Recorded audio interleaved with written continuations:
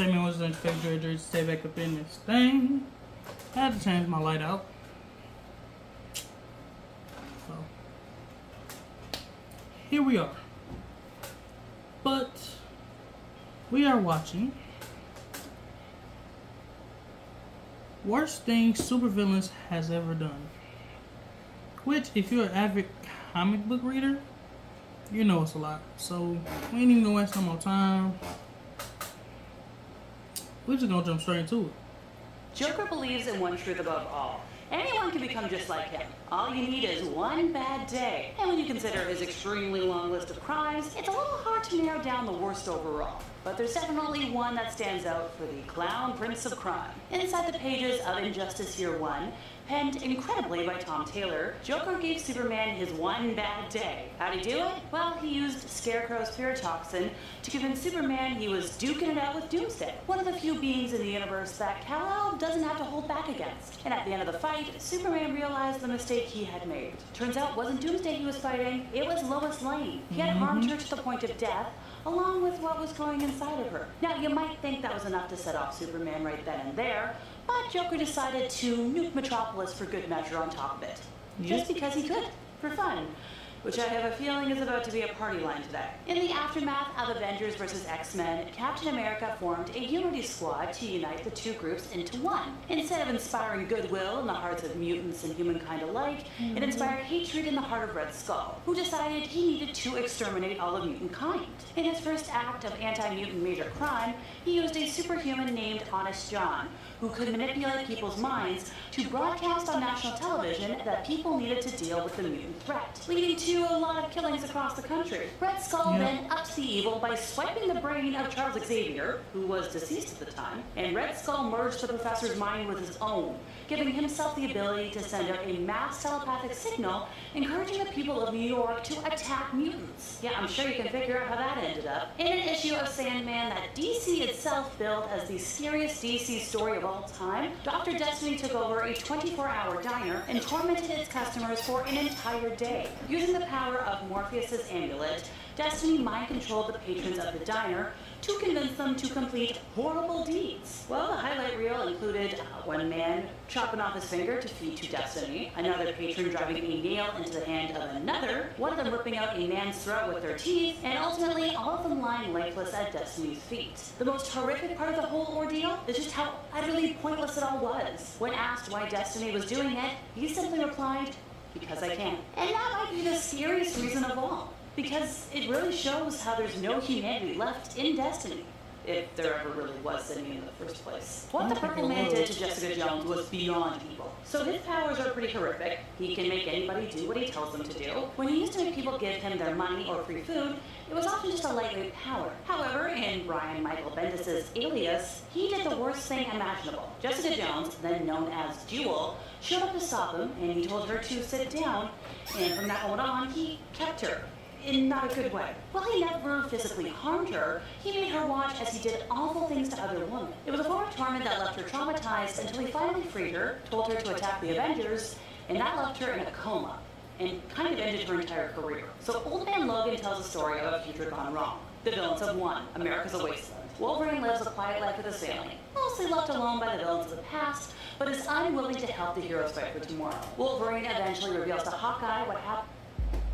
We're giving away $10 million in free Domino's pizza. What did you just say? Yeah, $10 million in free pizza. Say that again. To him to extinguish his spirit. Turns out, during the villain's craziness against the heroes, Wolverine believed the X-Mansion was totally overrun by supervillains. So he fought hard and with lethal force, and when the fighting was done, Mysterio revealed that every villain that Wolverine thought he had slain was an illusion. Logan had been fighting against his friends. He stood horrified over the mangled remains of his closest buddies, all viciously taken out by his own claws. So Red Skull has just done so many awful things that I kind of had to mention him again today. So Red Skull used the powers of a woman named Kobik, which is a sentient cosmic cube, to replace Captain America's memories with a version of his life in which he's always been secretly loyal to Hydra. This led to the event known as Secret Empire, where Cap helps Hydra take control of the United States. Now this act was particularly heinous because it wasn't just a move against Captain America. It was a move against everybody who viewed the hero as a symbol of hope, including the outraged fans in real life. Even when Cap eventually returned to his usual America-loving self, the damage to his reputation was done. Like, I remember when this all came to light, way before I ever got interested in comics or heroes, and seeing all my friends in high school frothing at the mouth over how angry they were at this was really bad. Thanos' annual edition #1 revealed the dirtiest deed that Thanos ever did. And it all began with him helping an old lady cross the street. An unlikely beginning to the most evil act ever committed, but Thanos has been one to play the long game when needed. And hey, evil isn't always obvious. So the comic story reveals that during the time when Thanos possessed the Infinity Gauntlet, he was able to use the time gem to pinpoint the exact moment in which he might bring about the greatest number of deaths possible, besides killing half the universe with a snap of his fingers. This led the Mad Titan to a Manhattan Street corner, where Thanos delayed a bus driver with a glare, and as promised, assisted an elderly woman across the street. What no one realized at the time was that Thanos' apparent random act of kindness averted a chain of events that ultimately would have brought about universal peace. By delaying the bus, Thanos prevented a young woman named Stephanie Kircher from accidentally bumping into a woman named Suzanne. And this prevented the inspiration that would send Stephanie down a path to single-handedly ending world hunger and curing multiple diseases. These breakthroughs, in turn, would end numerous social ills and turn Earth into a paradise, whose example would inspire other worlds to abandon war and conquest. The twisted icing, or cherry on top of this cake of evil, comes years later, when Thanos visits Stephanie on her deathbed, to not just tell her of the life she would have lived and all the good that would have been done in her name, had it not been for his intervention, but to show it to her in a vision. So because of Thanos, Stephanie lived an unaccomplished life, and never came close to fulfilling her destiny.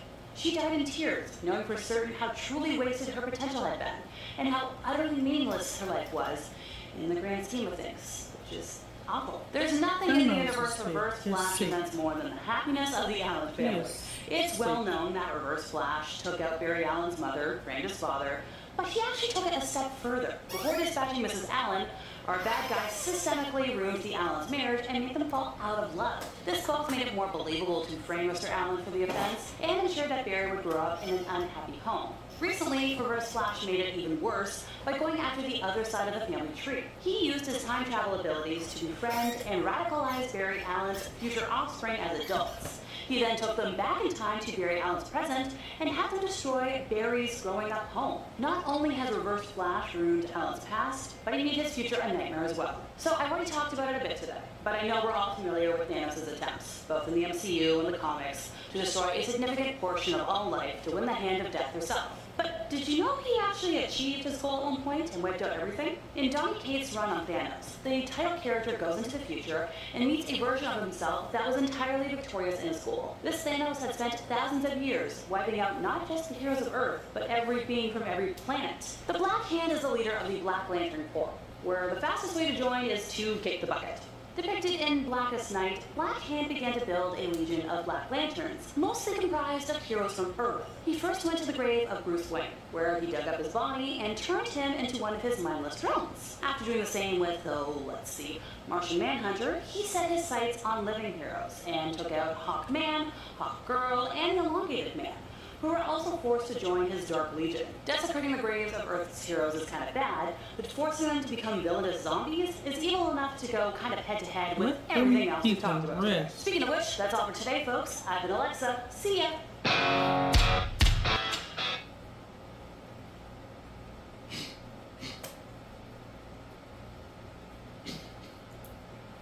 I thought it was gonna be. I should have watched the most. Well, this one was top worst thing Superman's ever done. I should have watched the most brutal. But Thanos went and triggered events by helping her cross the street, so that way the other lady won't find any cure to any diseases that's in the world in this comic book.